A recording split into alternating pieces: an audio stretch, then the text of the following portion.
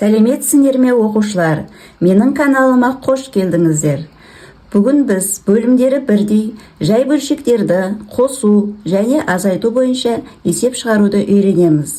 Олай болса, қосу үшін біз мына формуланы жақсы білуіміз керек.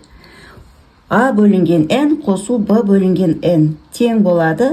Бөлімдері бірдей болған кезде n әрпі жазылады, ал алымдарда a қосу b.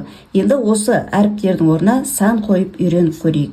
5-тен 3 қосамыз, 5-тен 1 жай бөлшегі берілген. Олай болса біздің бөлшектің бөлімдері бірдей, 5 саны жазылады, алымдары қосылады. 3 қосу 1.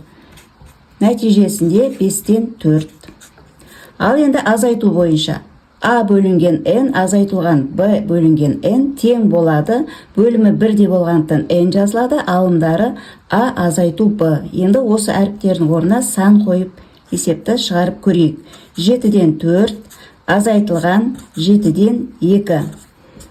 Бөлімі бірдей болғандықтан 7 жазылады, алымдары азайтылып жазылады. 4 азайту 2. Нәтижесінде 7-ден 2.